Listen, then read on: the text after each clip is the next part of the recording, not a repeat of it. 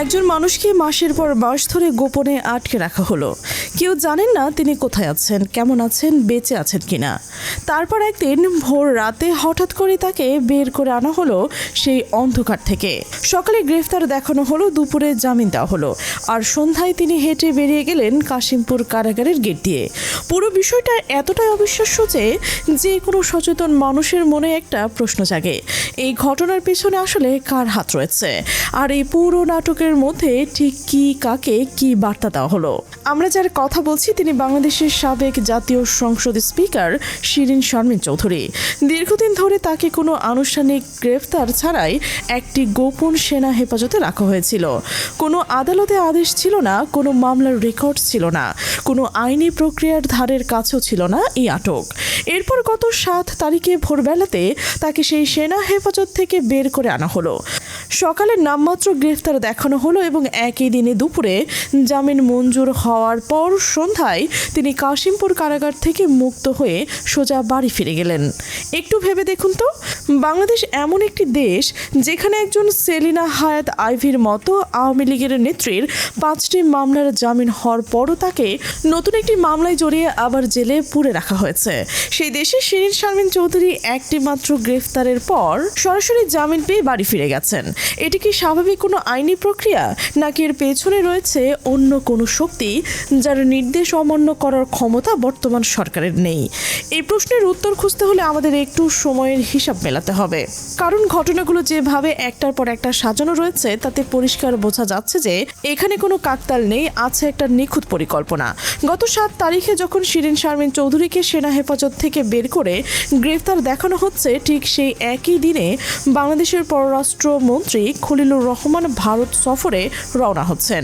আর ঠিক সেই দিনই অন্তর্বর্তীকালীন সরকার আওয়ামী লীগের রাজনৈতিক কার্যক্রম নিষিদ্ধ করে একটি আইন পাশ করে ফেলল। একই দিনে 3টি বড় ঘটনা। এটি কি নিছক কোনো সমাপতন, নাকি একটি সুচিন্তিত কৌশলেরই অংশ? অনেকেই ধারণা করছেন শিরীন শারমিন চৌধুরীকে ঠিক এই সময়ে গ্রেফতার দেখানোর উদ্দেশ্য ছিল ভারতের প্রতিক্রিয়া পরীক্ষা করা। কিন্তু ভারত সফর থেকে পররাষ্ট্রমন্ত্রী খলিলুর রহমান যা নিয়ে ফিরেছেন তা ছিল মূলত শূন্য হাত আর কূটনৈতিক শীতলতা। ভারতের পররাষ্ট্রমন্ত্রী এইচ জয়শঙ্কর হায়দ্রাবাদ হাউসে তাকে স্বাগত জানিয়ে যে কথা বলেছেন তা ছিল একদম চাছে ঢালা কূটনৈতিক বাক্য। স্বাগত জানাতে পেরে আনন্দিত, দুদেশের সম্পর্ক উন্নয়নে কাজ করব, এর বাইরে কোনো বাস্তব প্রতিশ্রুতি বা অঙ্গীকারের কথা জয়শঙ্করের মুখে ছিল না। ভারতের পররাষ্ট্র মন্ত্রণালয় এই বৈঠকে নিয়ে একটি কথাও বলেননি। ভারত সরকারের পক্ষ থেকে কোনো বিবৃতি আসেনি। পুরো সফরটাই যেন ছিল একটা আনুষ্ঠানিকতা যার ভেতরে কোনো সারবস্তু নেই। এর সবচেয়ে বড় প্রমাণ মিলল খলিলুর রহমানের এনডিটিভিকে দেওয়া সাক্ষাৎকারে। এটি ছিল তার ভারত সফরের সময় দেওয়া একমাত্র সাক্ষাৎকার। সেখানে তিনি ভারতের কাছ থেকে পাওয়া কোনো নির্দিষ্ট প্রতিশ্রুতির কথা বলতে পারেননি, বরং তাকে নিজেই ব্যাখ্যা দিতে হয়েছে।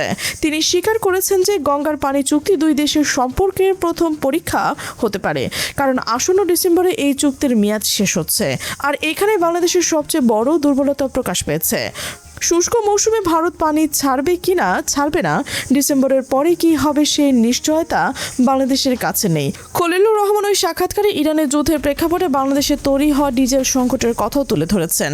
তিনি বলেছেন, ডিজেল না পেলে কৃষি জমিতে সেচ বন্ধ হয়ে যাবে, খাদ্য নিরাপত্তা ভয়াবহ সংকট দেখা দেবে। তিনি ভারতের কাছে প্রতিবেশীর সুলভ সহযোগিতা চেয়েছেন, কিন্তু যখন জ্বালানির নিরাপত্তা চাবিকাঠি ভারতের হাতে, তখন বাংলাদেশের পক্ষ থেকে বিনিময় দেওয়ার মতো কিছুই নেই।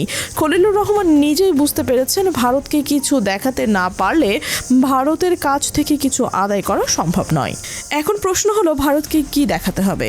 এর উত্তর খুঁজতে হলে আমাদের আরও পেছনে যেতে হবে। চলতি বছরের মার্চ মাসে হাসনাত আবদুল্লার একটি ফেসবুক পোস্টের মাধ্যমে এমন একটি বোমা ফাটিয়ে দেন যা পুরো রাজনৈতিক মহলে আলোড়ন তোলে। তিনি দাবি করেছেন সেনাপ্রধান হকুজ্জামান তাকে এবং সার্জিসকে সেনা সদরে ডেকে নিয়ে একটি প্রস্তাব দিয়েছেন।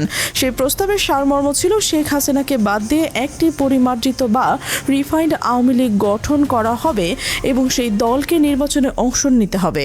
এই পরিকল্পনা 3 জনের নাম উঠে এসেছিল: সাবের হোসেন চৌধুরী, শিরীন শারমিন চৌধুরী এবং শেখ তাপস। হাসনাত আবদুল্লাহ এই পুরো পরিকল্পনা সরাসরি ভারতের পরিকল্পনা বলে অভিহিত করেছেন। তার দাবি অনুযায়ী এই 3 জন মিলে নতুন আওয়ামী লীগ গড়বেন, শেখ পরিবারের অপরাধের জন্য জাতির কাছে ক্ষমা চাইবেন, শেখ হাসিনার নেতৃত্বের বাইরে গিয়ে দল পুনর্গঠন করবেন এবং বঙ্গবন্ধুর আদর্শের ভিত্তিতে রাজনীতি করবেন। সেনাপ্রধান এই অভিযোগ সরাসরি অস্বীকার করেননি, আবার স্বীকারও করেননি। কিন্তু এরপর থেকে রিফাইন্ড আওয়ামী লীগ নিয়ে আলোচনা রাজনীতির মহলে তুঙ্গে উঠছে। এই প্রেক্ষাপটে সাবের হোসেন চৌধুরীর বিষয়টি আরও চমকপ্রদ হয়ে উঠেছে। গত বছর অক্টোবরে তাকে গ্রেফতার করা হয়েছিল, কিন্তু 1.5 বছরেরও বেশি সময় আটক থাকার পর মাত্র 2 দিনের মাথায় তাকে জামিনে মুক্তি দেওয়া হয়েছে এবং এখনও তিনি জামিনে মুক্ত রয়েছেন। এর চেয়ে বড় প্রশ্ন হলো, চলতি বছরের অক্টোবরে নরওয়ে, সুইডেন এবং ডেনমার্কে 3 নর্ডিক দেশের রাষ্ট্রদূত একটি গাড়িতে করে সরাসরি সাবের হোসেন চৌধুরীর বাড়িতে গিয়ে হাজির হয়েছেন। 2 ঘন্টারও বেশি সময় ধরে তাদের বৈঠক হয়েছে এবং এই বৈঠকের খবর ফাঁস হয়েছে এমনভাবে যে বিশ্লেষকরা মনে করছেন রাষ্ট্রদূতরা নিজেরাই চেয়েছিলেন এই খবর সবাই জানুক। দেশ যখন নির্বাচনের দিকে এগিয়ে যাচ্ছে তখনও জল্পনা চলছে, ঠিক তখনই ইউরোপের 3টি দেশের প্রতিনিধিদের এই সফর কি ইঙ্গিত দিচ্ছে? এবার আসি মূল প্রশ্নে। শিরিন শারমিন চৌধুরীর জামিন, পররাষ্ট্রমন্ত্রীর ব্যর্থ ভারত সফর, রিফাইন্ড আওয়ামী লীগ গঠনের গুঞ্জন এবং নর্ডিক রাষ্ট্রদূতের সাবের হোসেন চৌধুরীর বাড়িতে হাজির হওয়া, এই সব কিছু একসাথে জুড়ে দিলে যে ছবিটা ফুটে ওঠে তা অত্যন্ত স্পষ্ট। তারেক রহমান সরকারের ওপর একটি অদৃশ্য কিন্তু অত্যন্ত শক্তিশালী চাপ কাজ করছে। এই চাপের উৎস কোথায় সেটা বুঝতে হলে আরও একটি তথ্যের দিকে নজর দিতে হবে। তারেক রহমান ক্ষমতায় আসার পর সামরিক গোয়েন্দা শাখার প্রধান পদে তার বিশ্বস্ত ওয়াকারকে মেজর জেনারেল পদে পদোন্নতি দিয়ে বসিয়েছেন। এই গোয়েন্দা প্রধানের সম্প্রতি ভারত সফরে গেছেন এবং ভারতের সামরিক গোয়েন্দা বাহিনীর প্রধানের সাথে তার বৈঠক হয়েছে। এই বৈঠকের পরপরই কি পুরো নাটকের চিত্রনাট্য লেখা হয়েছে? ভারত থেকে কি সরাসরি নির্দেশ এসেছে শিরিন শারমিন চৌধুরীকে গ্রেফতার দেখাতে এবং তারপর ছেড়ে দিতে? এটা নিশ্চিত করে বলা সম্ভব নয়, কিন্তু এতটুকু নিশ্চিত যে কোনো অতি শক্তিশালী পক্ষের হস্তক্ষেপ ছাড়া এই ঘটনা ঘটানো সম্পূর্ণ অসম্ভব ছিল। এখন সবচেয়ে গুরুত্বপূর্ণ বিষয়টি হলো, ভারতের পক্ষ থেকে তারেক রহমানকে যে তালিকা ধরিয়ে দেওয়া হয়েছে বলে খবর বেরিয়ে এসেছে, সেই তালিকার কি কি রয়েছে। ধারণা করা হচ্ছে এস জয়শঙ্কর এবং ভারতের নিরাপত্তা উপদেষ্টা অজিত দোভাল খলিলুর রহমানের হাতে একটি দীর্ঘ ফিরিস্তি তুলে দিয়েছেন। এই তালিকা গত নভেম্বর মাস থেকেই বাংলাদেশের পররাষ্ট্রমন্ত্রীর কাছে রয়েছেন বলে জানা যাচ্ছে। শিরিন শারমিন চৌধুরীর জামিন ছিল সম্ভবত সেই তালিকার প্রথম টিকচিহ্ন। এরপর একটি একটি করে গঙ্গার পানি চুক্তিতে ভারতের শর্ত মেনে নেওয়া, জ্বালানি নিরাপত্তায় ভারতের প্রস্তাব অনুযায়ী চলা এবং সবচেয়ে বড় কাজ সেনা সদরের ভেতর থেকে রিফাইন্ড আওয়ামী লীগ গঠনের প্রচেষ্টা সফল করে তোলা। এই সব কিছু করে দেখাতে হবে তারেক রহমান সরকারকে। বাংলাদেশের ইতিহাস সাক্ষী, সেনাবাহিনীর অভ্যুত্থানের মাধ্যমে এই দেশের একাধিকবার রাজনৈতিক দল গঠিত হয়েছে।